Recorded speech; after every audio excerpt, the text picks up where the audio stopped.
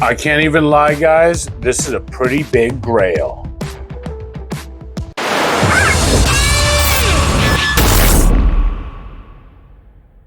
Hello, ladies and gentlemen, Base Shogun here with an extra special Jumbo review. And today we are going to be taking a look at the Combattler V. This is all the way back from 1976 by Popy, of course.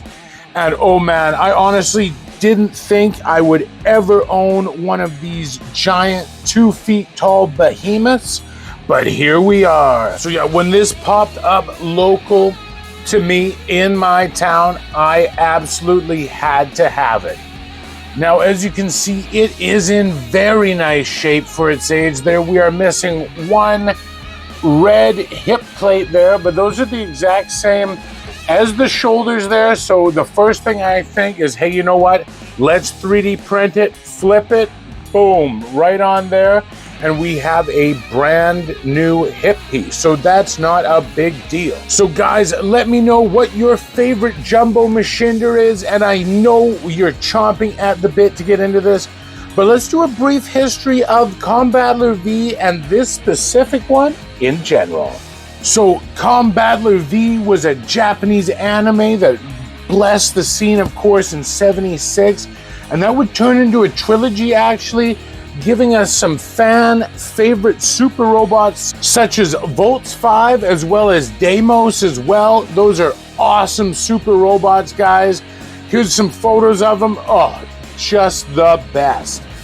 And yeah, so this is worth a pretty penny compared to the common Shogun Warriors. Yeah, so common such as maybe a Great Mazinger there, and maybe, you know, a Ray Dean there, and of course, common is relative because any Shogun Warriors, they're getting up there, they're harder to find. They're gonna set you back a bit in the wallet department.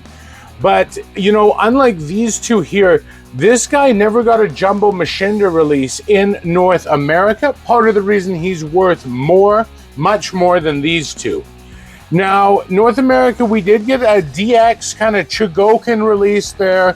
It's still big, but we never got the Jumbo Machinder size, which to me is what these guys are all about. And right before we get into the meat and potatoes of the review, so this seller told me a really cool story about this particular toy in general, this very one ahead of us there. So his father there was a doctor, and he was a sociology professor who helped pioneer the field of kind of, I won't say the word, it starts with an S, but we'll call it S-ology there. Very important for mental health. I think you guys can fill in the blank. YouTube gets a little bit skittish if you say the S word and it ends with I. So his dad was over there helping people's mental health. His whole family moved. He loved the Japanese robots of the time. And yeah, he bought this over there and it sat in a garage for about 40 years till you see it right now. Awesome seller and a super cool story to go along with this piece of collectible toy history. And just taking a look at this guy, oh my God, he is so awesome, I think. So we have the head sculpt here, and I haven't even de-dusted it. This is how it came. I think it adds a lot of character, and I really like it. So yeah, you have the head sculpt here, 2 antennas. These are very commonly missing off of them too. And you see the ship, his head's meant to look like a ship here. In the DX Chogokin version, this was almost like a 5-in-1, almost like a Megazord there. So in the anime, pilots, actually, individual pilots went in this guy to pilot him, which is just a bonus there, to me anyways. I think it's super cool. And you can see the colors on this guy are pretty dang awesome here. So this hole is actually for his tank treads that can plug in there, and it turns him into a large vehicle, or what you were supposed to do actually is ride him. And I know, you know, Asian people are statistically a little bit smaller than us big, lardy North Americans, but, you know, I think you're hard-pressed to ride this. I don't know whatever age you are. So luckily for my knees and the health of this toy, we will not be doing a demo on that. So, you know, he does have kind of some of the standard Shogun Warrior articulation. You get a little bit of a head move there. I don't know if that's loose or you're supposed to do that. Arms, no problem there. Legs, yeah, right. That's not why these are awesome. And he does have the patented Shogun Warrior / Popy Jumbo Machinder wheels there to wheel him into battle. Of course, he does feature a firing fist, and you say, hey, base Shogun, are we gonna fire a $2,000 Toys fist? And I say, you know what? You bet your ass we are. Let's go. And one thing I really love about these old Japanese robot toys is the springs in them. Oh man, they made them to fire hard, fast, and strong. No wimpy North American safety laws this time. So let's see. 1, 2, 3. And that fired off with great velocity. And if that smoked your little sister or your cousin in the head, you know what? That would be a pretty fun time. And this is just such a unique Jumbo Machinder or Shogun Warrior. Another cool thing is he actually came with this second hand, and it does have a little articulated grabbing thumb there. And you know, it stays on. It is pretty loose, but on mine anyways, but it can hold in position. And I just think that's another added thing that just really makes this line of toys, and this one specifically, just so awesome, I think. And I love the colors. There's the red, the golds, the awesome stickers there. Excuse the age on mine. Silver flying at you. It is made of shampoo bottle plastic there. And you might be thinking, you know what? Those are pretty unique looking feet for a Jumbo Machinder.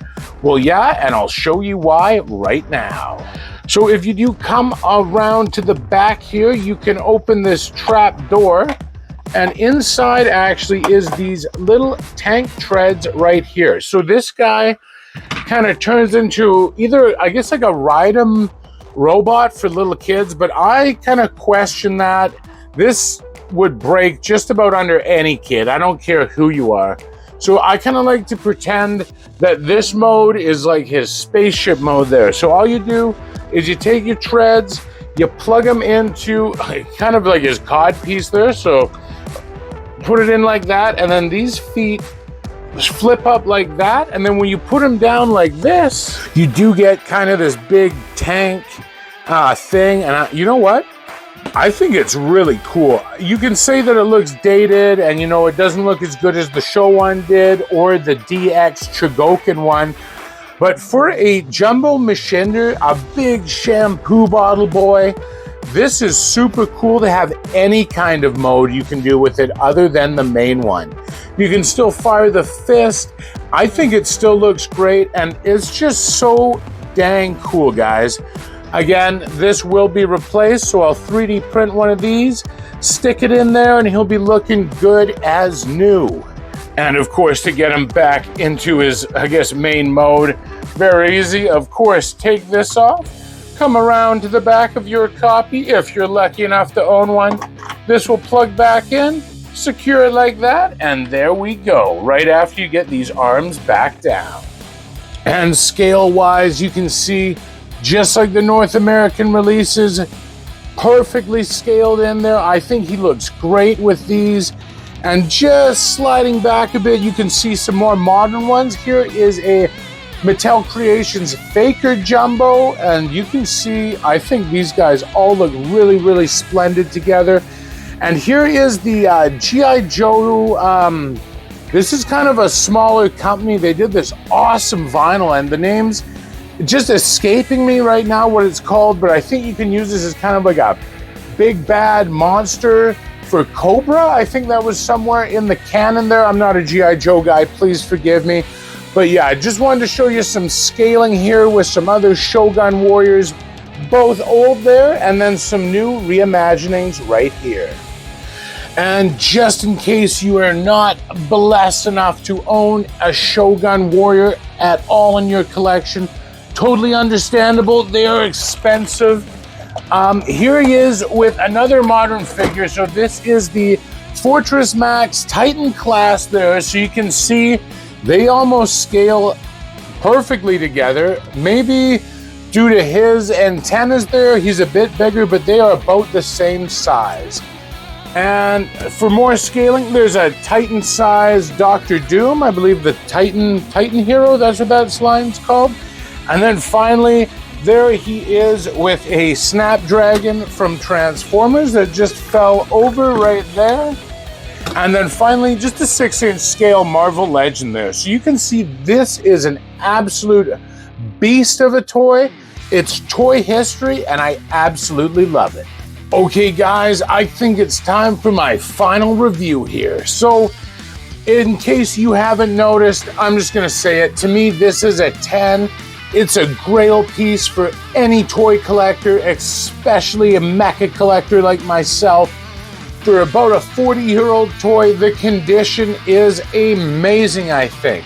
I haven't even cleaned any of this up yet, which I will. I'll get in there. I'll be careful though. You want to keep these original stickers for as long as you absolutely can. And it's a 10. This is super cool. You don't see these guys come up. If you get a chance to buy one, do it. But, you know, I paid about $17.50 Canadian for this. They're not cheap, and that price is actually good. That could have went up about $200 to maybe $500, especially if he had this. And if you want a box that's not a repo, you're easily in the 4,000s, if not higher. So if you have the shot to buy one in good shape, go and get it. Now, one thing to be aware of though is parts alone can sell for hundreds, if not thousands of dollars if they're original, and repo parts are still gonna cost you hundreds. So just be careful that the awesome deal parts project you may have seen isn't actually going to cost you more in the long run with a lot more headaches. So I absolutely love this guy. It's a 10. Thank you so much for being with me here today. And sorry, this was almost more of like a rambling video than a review, but that's okay. These kind of review videos are just as important in my opinion. So, until next time, remember guys, don't let anyone or anything ever stop you from collecting.